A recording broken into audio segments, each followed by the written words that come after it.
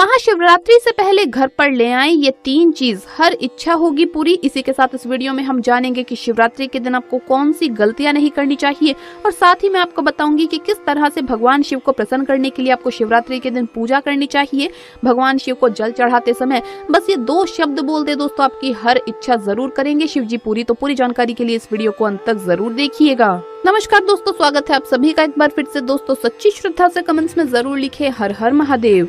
दोस्तों शिव भक्तों के लिए महाशिवरात्रि का पर्व बहुत ही महत्वपूर्ण और पवित्र पर्व होता है। शिवरात्रि यानी भगवान शिव की रात्रि। हर महीने के कृष्ण पक्ष की चतुर्दशी को शिवरात्रि का त्योहार मनाया जाता है। इस प्रकार से पूरे वर्ष में 12 शिवरात्रि होती है, लेकिन फाल्गुन कृष्ण पक्ष की चतुर्दशी को आने वाली शिवरात्रि सबसे अधिक महत्व रखती है। इसे महाशिवरात्रि कहा जाता है। महाशिवरात्रि की तिथि भगवान शिव के भक्तों के लिए किसी महोत्सव से कम नहीं।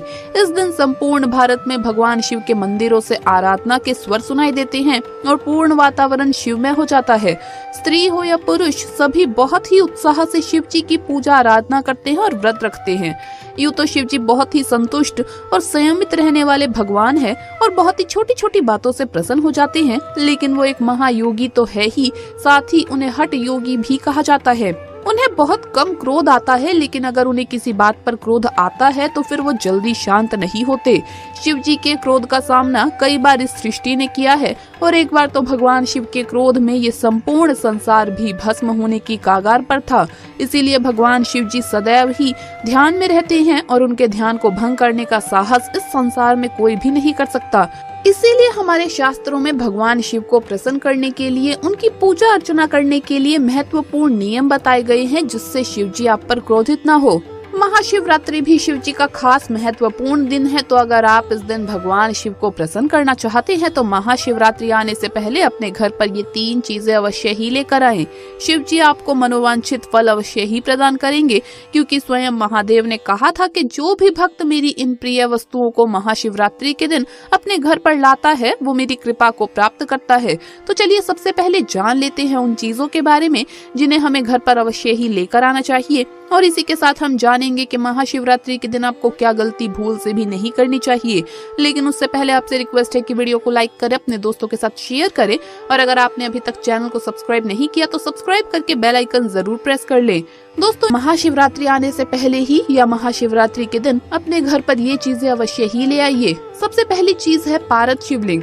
पारद शिवलिंग का वास्तुशास्त्र में और शिव पुराण में भी बहुत अधिक महत्व बताया गया है। महाशिवरात्रि आने से पहले आप पारद शिवलिंग लेकर आएं और उसे अपने घर की उत्तर दिशा में स्थापित करें। आपको जीवन में कभी भी धन धान्य की कमी नहीं होगी। दूसरी चीज रुद्राक्ष से बना तोरण। दोस्तों महाशिवरात्रि आने से पहले ही अपने द्वार पर पंचमुखी रुद्राक्ष से बना एक तोरण अवश्य लगाएं। इससे आपके घर में अधिकतम मात्रा में शिव शक्ति का प्रवेश होगा और आपका जीवन सुख समृद्धि से भर जाएगा। लेकिन अगर आप तोरण नहीं लाना चाहते हैं तो आप ऐसे में एक रुद्राक्ष ला करके अपने पूजा घर में तो कम से कम जरूर रखिए। दोस्तों तीसरी चीज है नंदी जी की मूर्ति। अगर आपके घर में शिवलिंग है लेकिन शिवलिंग के सामने नंदी जी ही नहीं है तो महाशिवरात्रि आने से पहले अपने घर पर एक नंदी जी की बैठी हुई छोटी सी मूर्ति अवश्य लेकर के आइए और उसे शिवलिंग के सामने स्थापित करें। दोस्तों नंदी जी को शिव जी का वाहन माना जाता है और नंदी जी भक्तों द्वारा कही गई सभी मनोकामना भगवान शिव जी तक पहुंचाते हैं। इसीलिए महाशिवरात्रि से पहले नंदी जी की चांदी की छोटी सी मूर्ति लेकर के आइए, और अगर आप चांदी की नहीं ला सकते हैं तो मिट्टी की मूर्ति लाना भी बहुत ही ज्यादा शुभ माना जाता है। मिट्टी की नंदी जी की छोटी सी मूर्ति लाइए और उसे अपने पूजा घर में स्थापित करें और नंदी के कान में अपनी मनोकामना अवश्य कहे। शिव जी आपकी हर इच्छा को अवश्य ही पूर्ण करेंगे। तो दोस्तों ये थी वो चीजें जो हमें महाशिवरात्रि आने से पहले अपने घर पर अवश्य लेकर आनी चाहिए। आइए अब जानते हैं शिव पूजा के दौरान आपको क्या गलतियां नहीं करनी चाहिए। नंबर 1, शिवलिंग की गलत परिक्रमा ना करें। भगवान शिव की आधी परिक्रमा लगाई जाती है। ध्यान रखें कि शिवलिंग के बाईं तरफ से परिक्रमा शुरू करनी चाहिए और जहां से भगवान को चढ़ाया हुआ जल बाहर निकलता है वहां से वापस लौट आएं। उसे कभी भी लांघना नहीं चाहिए। फिर विपरीत दिशा में जाकर जलाधारी के दूसरे सिरे तक आकर परिक्रमा पूरी करे। नंबर 2, प्रसाद चढ़ाते समय बरते सावधानी।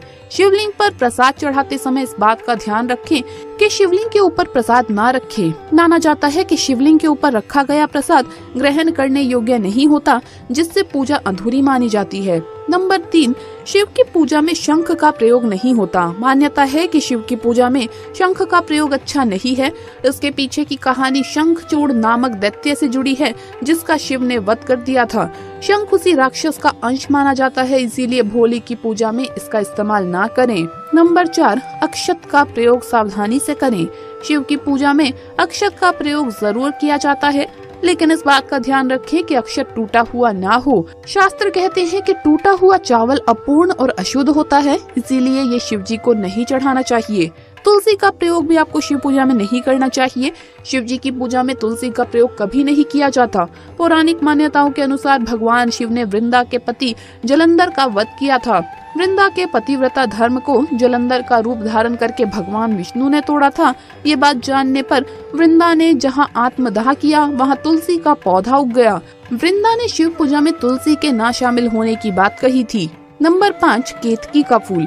पौराणिक कथा के अनुसार केतकी के फूल को भगवान भोलेनाथ ने श्राप दिया था कि उनकी पूजा में कभी भी इसका इस्तेमाल नहीं किया जाएगा, क्योंकि केतकी के फूल ने ब्रह्मा जी के एक झूठ में उनका साथ दिया था। नंबर 6, हल्दी। भगवान शिव की पूजा में हल्दी का प्रयोग भी नहीं किया जाता। हल्दी का सौंदर्य प्रसाधन में इस्तेमाल किया जाता है और शिवलिंग पुरुषत्व का प्रतीक है दोस्तों, इसीलिए भोलेनाथ को हल्दी अर्पित नहीं की जाती।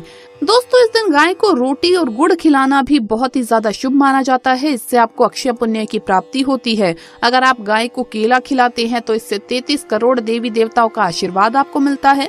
भगवान शिव की पूजा में सबसे जरूरी चीज है बेलपत्र, लेकिन भूलकर भी कटे फटे या खंडित बेलपत्र नहीं चढ़ाने चाहिए। शिवरात्रि के दिन शिवलिंग पर नारियल का पानी नहीं चढ़ाना चाहिए। शिव प्रतिमा पर नारियल चढ़ा सकते हैं, लेकिन नारियल का पानी नहीं। हल्दी और कुमकुम उत्पत्ति के प्रतीक है, इसीलिए पूजन में इनका प्रयोग नहीं करना चाहिए। भगवान शिव को चढ़ाए जाने वाले फूल बासी और मुरझाए हुए नहीं होने चाहिए। सबसे जरूरी और ध्यान में रखने की बात है कि अगर शिवरात्रि का उपवास रख रही हैं, तो आपको सुबह जल्दी उठकर स्नान कर लेना चाहिए और गर्म पानी से शरीर की सारी अशुद्धि दूर करनी चाहिए। नए वस्त्र पहनना जरूरी नहीं है, लेकिन साफ सुथरे कपड़े ही पहने।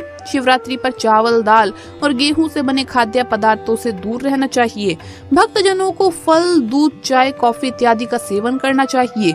महाशिवरात्रि के दिन शिव जी की आराधना के 3 प्रमुख अंग है: उपवास, पूजा और जागरण। इस दिन जल्दी जागकर नित्य कर्म से निवृत्त होकर भोलेनाथ के समक्ष उपवास का संकल्प करें।